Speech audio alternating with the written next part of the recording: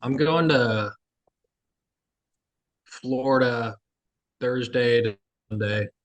Nice. Which part? Rosemary Beach. Okay. 30A. I've actually never been to Florida. I'm really glad I'm recording this right now because this is ridiculous. Yeah.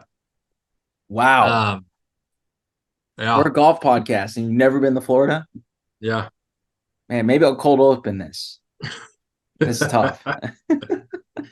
Yeah. I've been to Greece, Italy, done the whole Europe swing. Never been to Florida. Wow.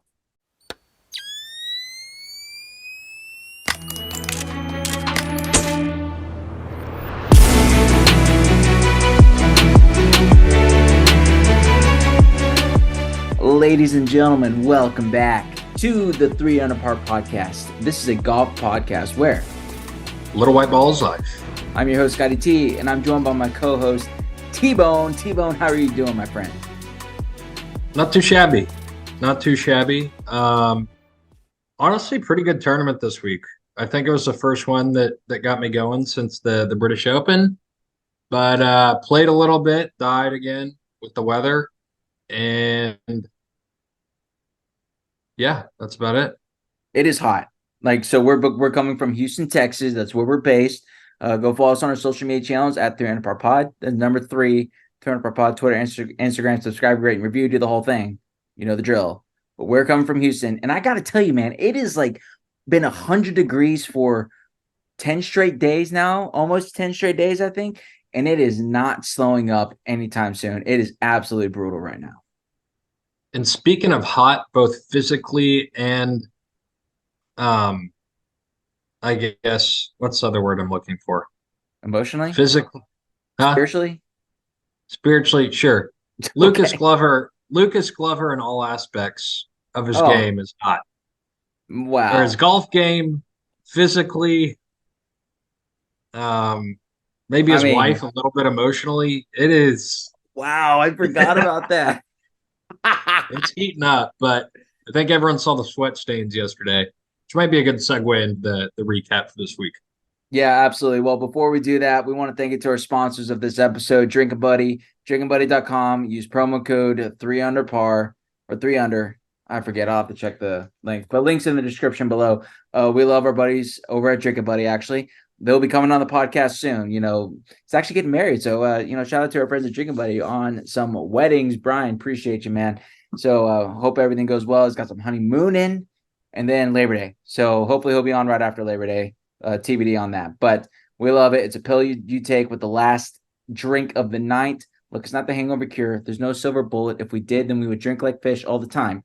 But it will help take that edge off to make sure that you get to those tea times first thing in the morning. Because why, Jairus?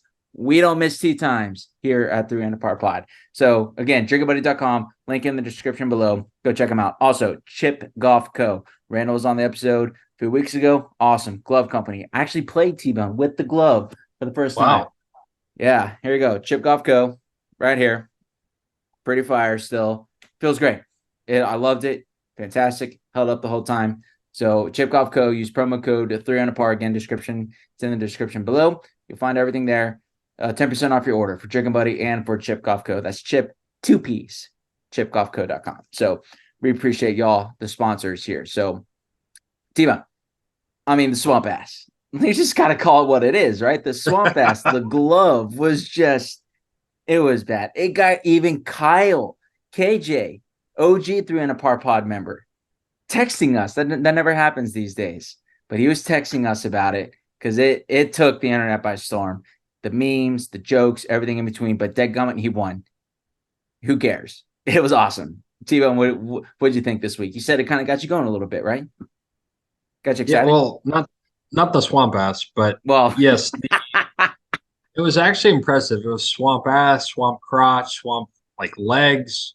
But man, we're getting a little bit of a throwback this year. We got Brian Harman winning a British Open, and then we got Lucas Glover going back to back to start the FedEx Cup playoffs. I mean, this is a bit of a throwback that I definitely didn't have on the radar, but Honestly, it's good. I'm happy for these guys, especially Lucas Glover. He unfortunately was the victim of one of our first ever golf gossip episodes, and he was having a ton of issues putting. And there's actually maybe a physical, but definitely verbal altercation with his wife.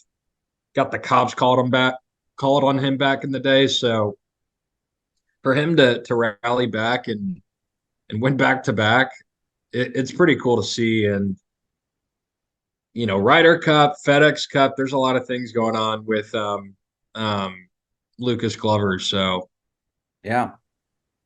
No, it's true. So yeah, it was in May of 2018 when his wife called the cops 911. So I'm just gonna leave it at that for this moment.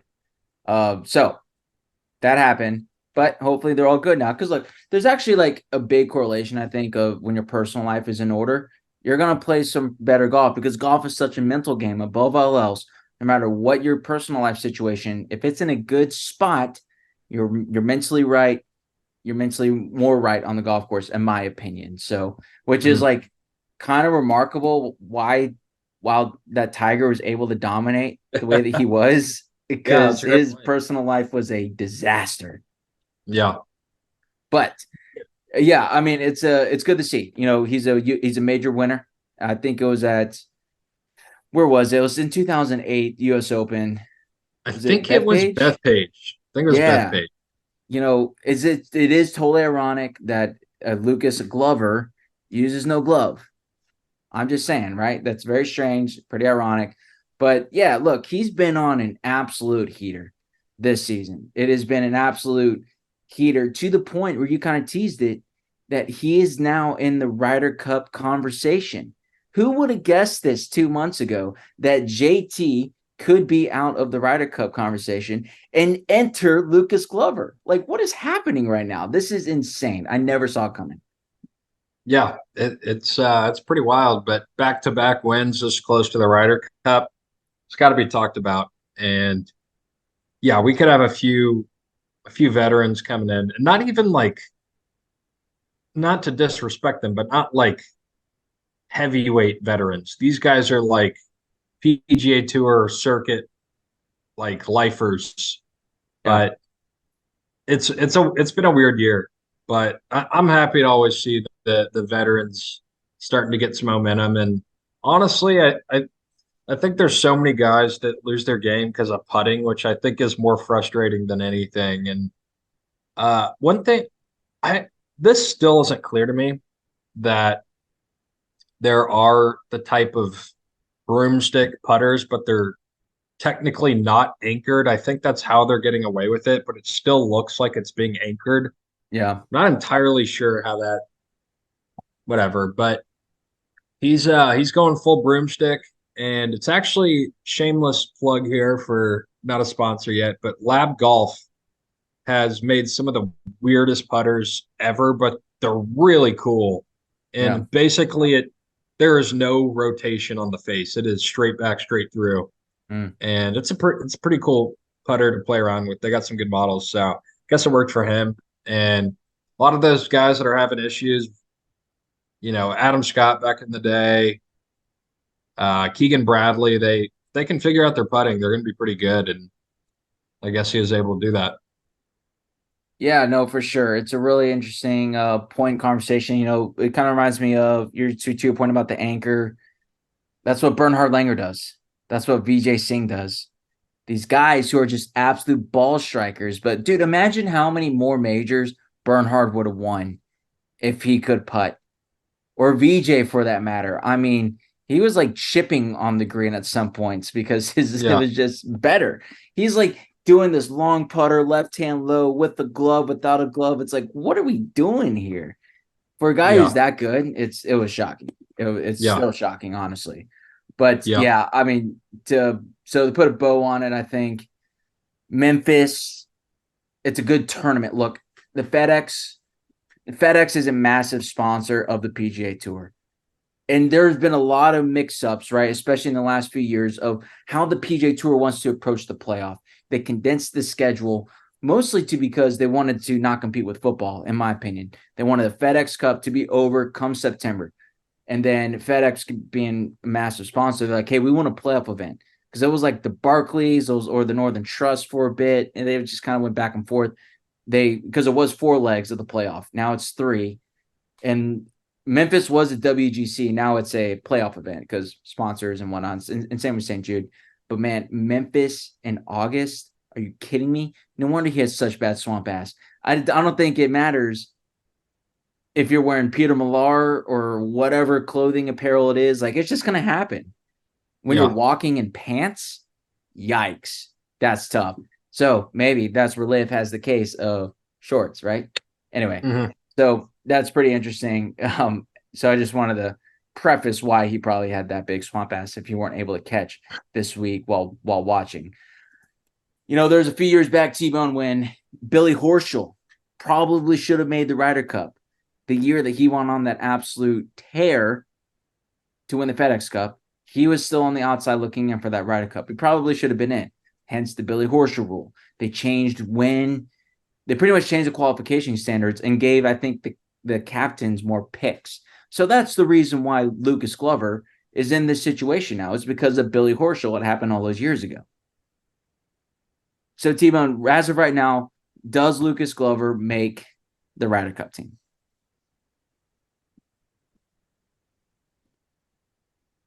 That's quiet. I have no idea, honestly. Maybe you have to see a little more with how he finishes. Like if he like misses cuts from here on out. But if not, it's going to be hard not to pick him, right? I don't know. Look, here's the thing. Lucas Glover did not play in a single major this year. Think about that. Lucas Glover did not play a single major this year, and he's in the Ryder Cup conversation right now. That is absolutely nuts. If that's the case, I think you got to kick him to the curb, unfortunately. He's winning right now. He's playing unbelievable. Let me see if I can find his last 10 rounds. Somebody tweeted it out earlier. Maybe it was Kyle Porter. I don't know. But while I'm looking that up, I hear you. And just for the record, I agree with you, actually. I don't think he should be in it. His post-game press conference, post-round interview, he was saying that somebody asked him, have you thought about the Ryder Cup? And he said, not till 15 minutes ago. And I've never been a part of one. I'd love to be there. Isn't that crazy that he won a U.S. Open and he wasn't in the Ryder Cup that year? Yeah. That was the first thing that surprised me, actually, when I heard that. So let me see. Lucas could have been an last off year. 20 rounds. It could have been an off year, absolutely. And look, as we saw with Justin Thomas, he won a major in an off year, and now he's technically on the outside looking in. So it's pretty interesting. I don't know. I think he'll be all right.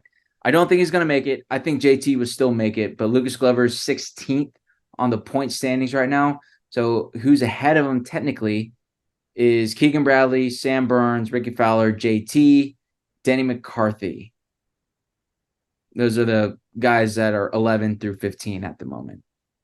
Because technically on the outside looking in is still Morikawa, Jordan Spieth, and Cam Young and Xander Schauffele are all technically on the outside looking in.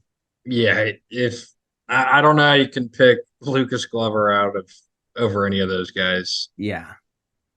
Maybe if it was 2008.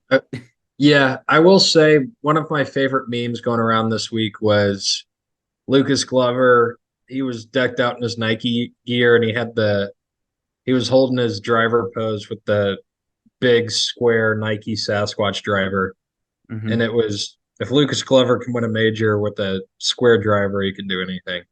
And I think there's kind of some truth to that. I think there's kind of some truth to that. Yeah. So the tweet I was looking for is the PGA Tour. His last 22 rounds, he shot over 70 one time. Shot in the 60s for 21 out of 22 rounds. Look, the guy's on a heater. You want your best players.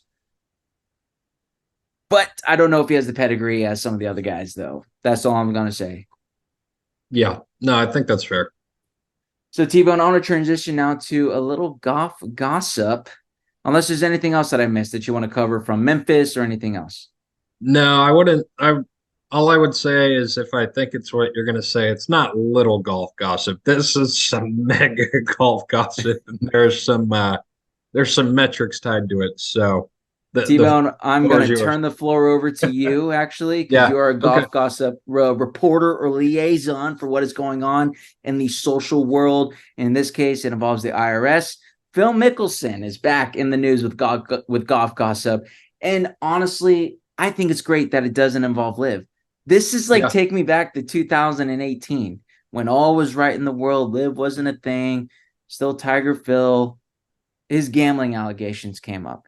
There were allegations that he gambled in a Ryder Cup that he played in, how much he was gambling. It was absolutely ridiculous. So, T-Bone, I'm going to turn it over to you. Give us a laydown of what is going on right now. So I might need you to back me up on some of the metrics here, but Okay. I think so. It came out that the guy that's releasing this is writing a book, and this guy is a gambling legend and has impacted some of the lines in Vegas. Vegas casinos don't let him gamble. This guy ended up basically taking the fall, maybe not the fall, but went to jail for all of the insider trading that Phil may or may not have been involved in. And I guess he's out of jail now and he's coming guns blazing.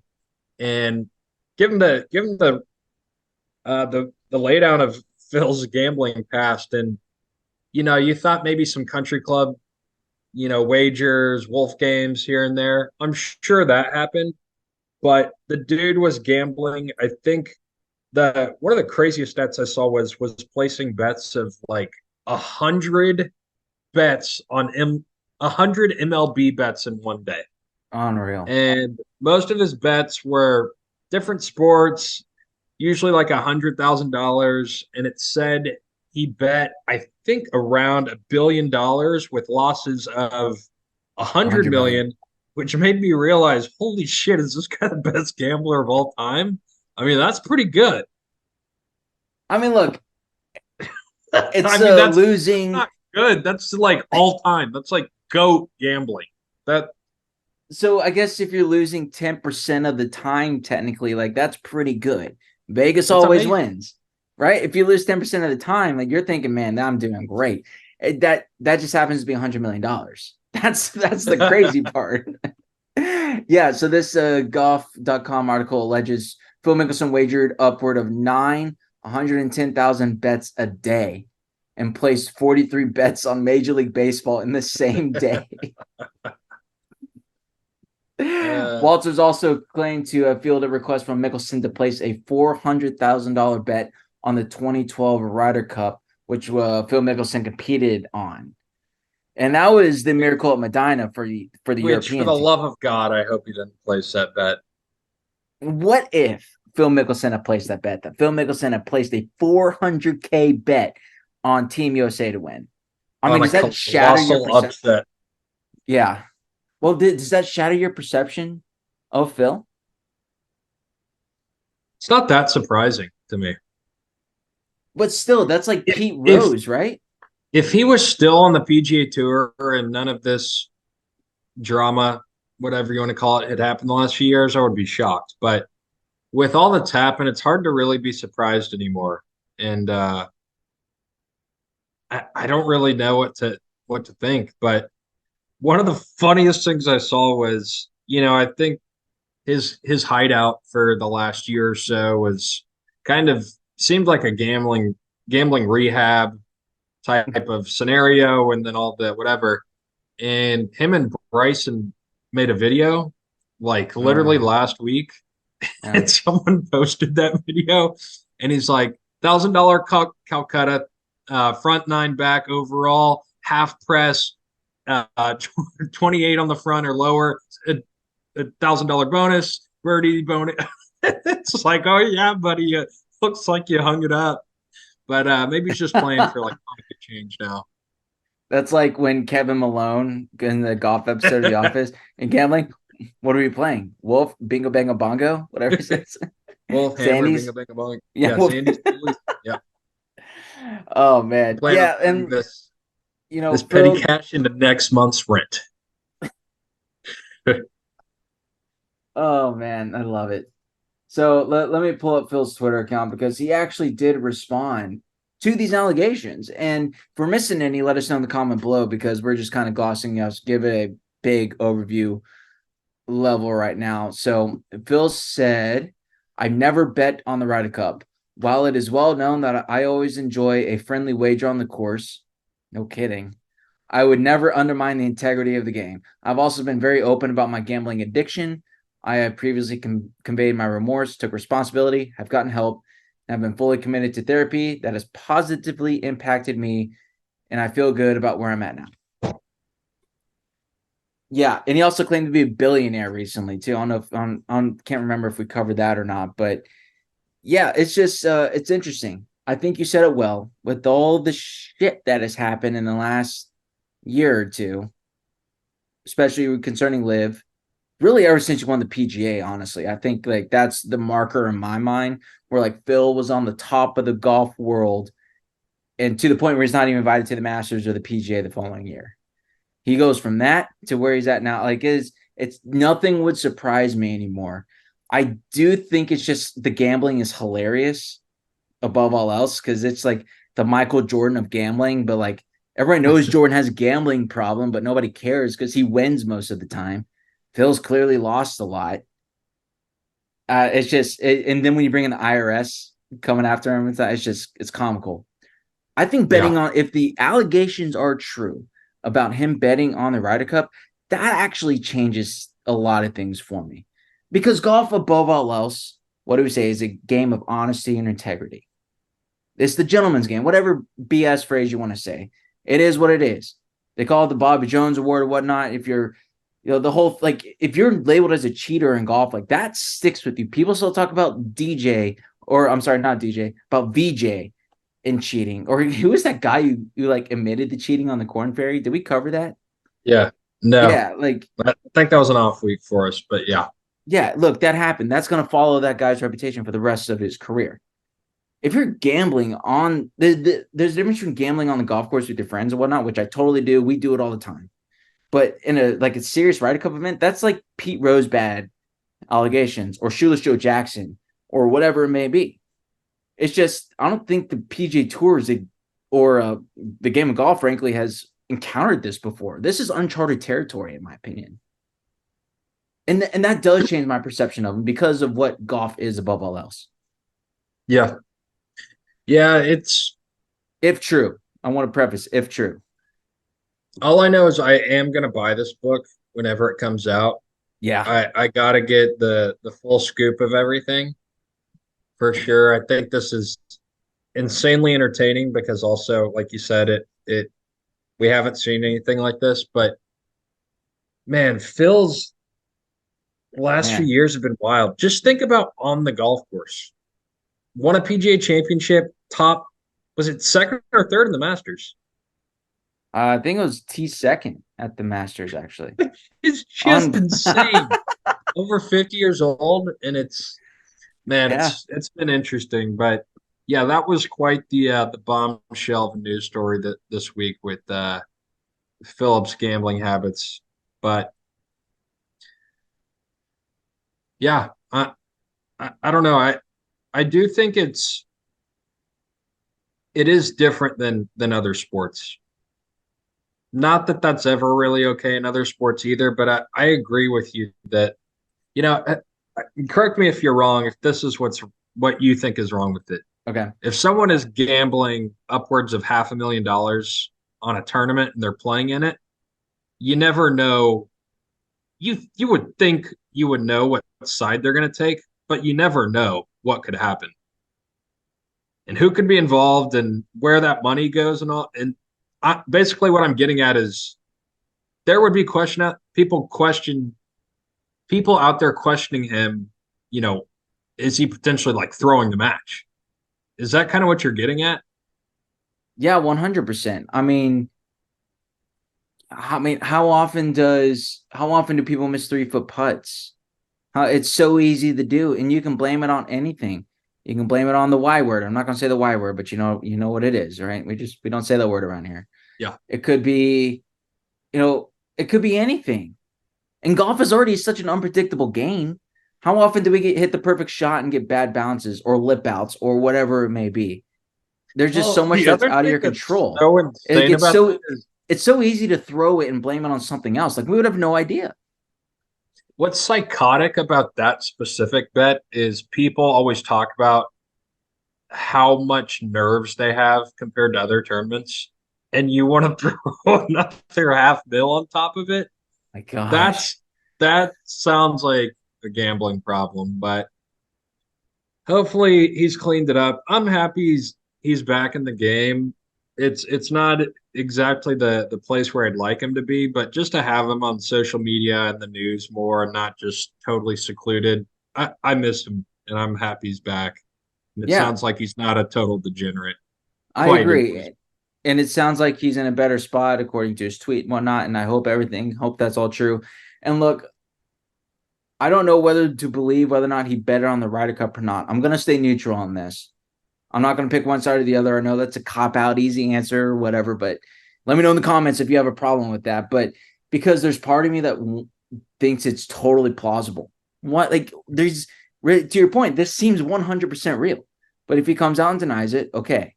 So maybe I'll lean on that he didn't do it. Look, I'm a Phil guy. You can see in the background, subscribe to the YouTube channel. In the background, that Masters flag is signed by Phil. Love that. It says Scott Bev Swishes. So thank you, Phil. I appreciate it. But look, I say that, man. I'm a Phil guy. And right below that's Tiger.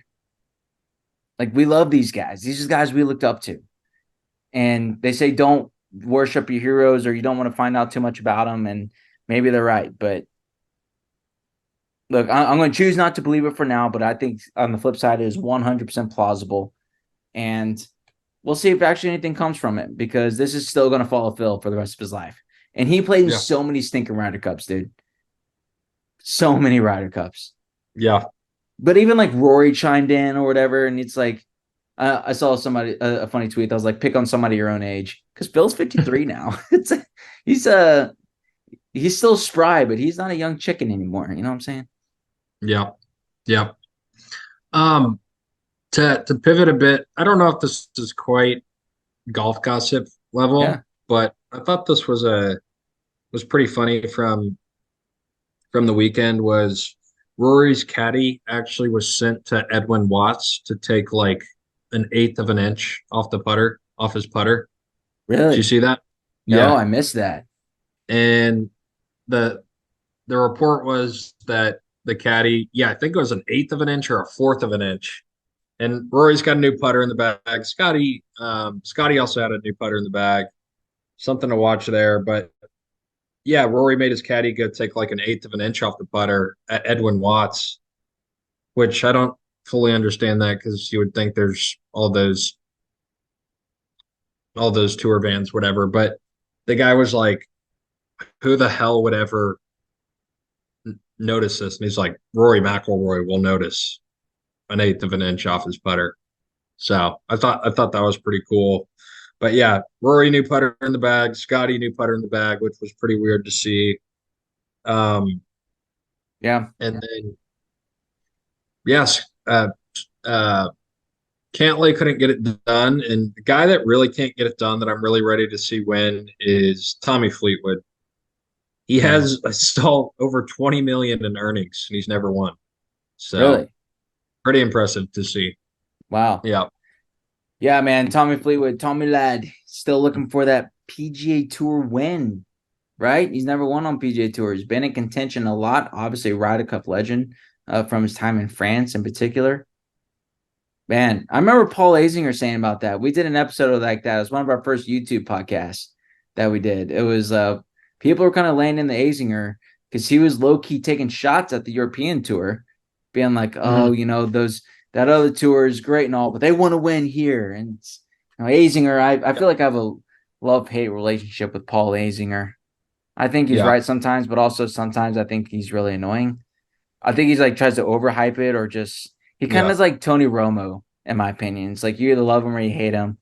I think I like him more than I hate him, but some things he says is just annoying. But also, he's on a yeah. golf broadcast. That thing lasted like 6 hours long. Like, what are you gonna? That's a long time to talk. Gotta cut Yeah, him some slack. for To that sure. point, Um, Trevor Immelman has stepped in the booth for CBS for Sir Nick Faldo. I think he's doing a good job so far. it is weird the perspective on different personalities. Like, I really liked Nick Faldo, and some of my friends, there's people that absolutely hate him. Shout out Skinny D. One of my friends absolutely despises him. And I told him we were just brought up CBS one time, and I said, I really like Nick Faldo. And he's like, this is the best bit I've ever seen you do. And he was like, I despise that guy.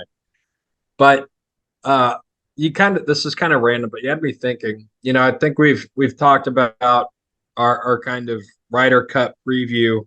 Yeah. But one thing I just thought of, live guys, European guys, even a little bit. There's some live guys that are starting to play decent. I don't think we acknowledged Bryson's 58, which we probably should have done, but Oh, I was going to bring I, that up next. We have 7 minutes. I was going to bring that up next, but yes. yeah, and I know Cam Smith, that's a little different scenario, but it looks like some of these guys are starting to play good. So, what is your stance today? Are there going to be live players in the Ryder Cup? I think there's going to be one. I think it's going to be Brooks Koepka. Brooks Koepka is going to fill that live quota, if you will. Look, I just don't think that there are any other U.S. players who are deserving to be on the Ryder Cup based off of their play. Yeah, Bryson shot 58, awesome. I do want to talk about that briefly, but I mean, who else is there? Patrick Reed, Dustin Johnson, all the other live guys who are playing well right now. Maybe you could throw in Taylor Gooch, but look, he had a hot stretch. He's cooled off now. All the other guys who are playing well are the international guys. And those guys would make the President's Cup team, not even the European team. So, no, I don't think anybody would except Brooks Koepka right now. What do you think? Yeah, I was kind of thinking for a second Cam Smith, but forgot he's from Australia. And then, I was a little distracted by the Bryson 58. I'm not buying it. No one's going to really buy it. And I think there's even a chance, I would say, I don't even know if I even think Brooks is going to make it. I think well, if there was more of right a now, presence on the European team, if they started adding a bunch, maybe they add Sergio as like a captain. Who knows? Maybe that'll they stripped Henrik Stenson of being a captain because he jumped to live. They're not going to add Sergio. So the only reason I say that is because Rom has been really pushing that, and maybe he has some pull during this. Spaniards. But no, it's not going to happen. It's not going to happen. Well, I think because Koepka's 5th right now on the list, and so he's going to automatically be in. I think at the end of the day. Yeah. So that honestly takes it out of Zach Johnson's hands. That says, hey, he doesn't even have to pick him. He's automatically in. Great. I get to pick my PJ Tour guys now. Yeah. So, I agree. But yeah, Bryson, 58. I mean, that's still unbelievable. 58 is staggeringly good. That is just shockingly good. I really want to talk about his press conference, though, after. He said that he learned to score low when he was a junior golfer by playing from the red tees. Now, he said, trying to break 50 from the red tees. All right, dude, let's not get too ahead of yourself. Just learn how to shoot around. 60? I think he said 60. I heard 50. I could have heard that wrong. Because, theoretically, if you're Bryson, Meathead Bryson, you could drive every green from the red tees. Yeah. So maybe that's what he was thinking. But I remember Max told me to do that, too, whenever I was 14, 15, starting to hit a ball a little longer. And I didn't do that.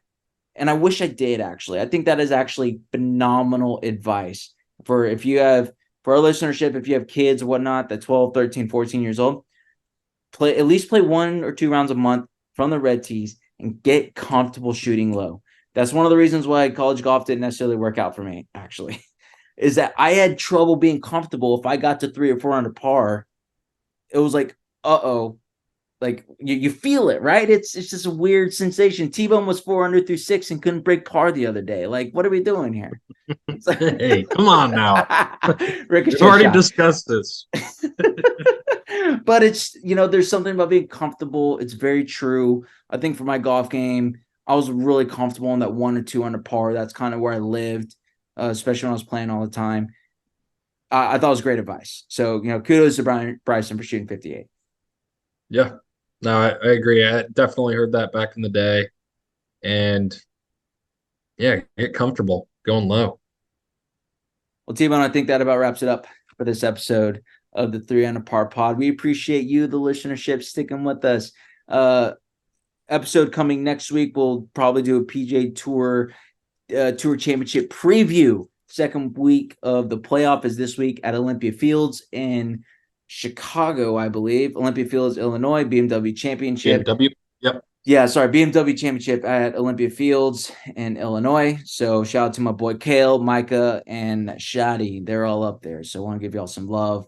And subscribe, rate, and review. Give us 5 stars on Apple Podcasts, Spotify, wherever you listen. Subscribe to the YouTube channel. Give us the follow. Again, thank you to Drinking Buddy and Chip Golf for the sponsoring this episode. Use promo code. I got to pull it up here. 3 under for Drinking Buddy, 10% off. And then Chip Golf Co. 3 under par. Again, 10% off your order. So we appreciate if you can go shout out to them and show some love to our sponsors. Hey, also, if you live in the Hill Country area, go check out Waterloo Turf. Tell them 3 under par sent you. I turf my yard. I love it. T-Bone, I know you want to soon. It's the best. Highly recommend it. We recommend Waterloo for hooking us up or for hooking you up as well. T-Bone, I saw the Paisely House. I drove by the Paisely House the other day, actually. So hell yeah. Tell them about Paisely House. Yeah, Paisely House, all your interior design needs, furniture, outdoor furniture in Houston. Head over to Paisely House. Say hi to Joni. Tell them 3 under sent you. Absolutely. T-Bone, final word to you. We are in the thick of the PGA Tour playoff, Tour Championship. I love East Lake. It's right around the corner. Again, JT didn't make the playoff. We didn't talk about that, but dude, the fact that he almost chipped in on 18 and that would have made it unbelievable. We probably should have shown that a little bit more love. That's the curse of missing a week. But so final word over to you. Yeah, playoffs are coming up. Ryder Cup's coming up. More importantly, the 4th annual Big Kahuna is coming up. So golf trip headed to Michigan on Labor Day. So I'm looking to dial in the game here pretty soon and go for a 4-peat. 4-peat now. Yeah. So can give you a little preview once we get closer. But yeah, we're rocking and rolling. There you go. So next week will probably be T-Bone, maybe a guest or solo T-Bone episode. I'll still do the uploading because I'm going to be in Austin for graduate school things for the week. So actually the week out, so the day after we're done, we're going to do a UT Austin versus Dallas match. So Randall from Chip Golf will be there. So hopefully we'll show some love. So follow us on Instagram, Twitter for the love there. T-Bone, great episode. Appreciate it, man. This has been awesome. I'm Scotty T for T-Bone. And remember, little white balls life.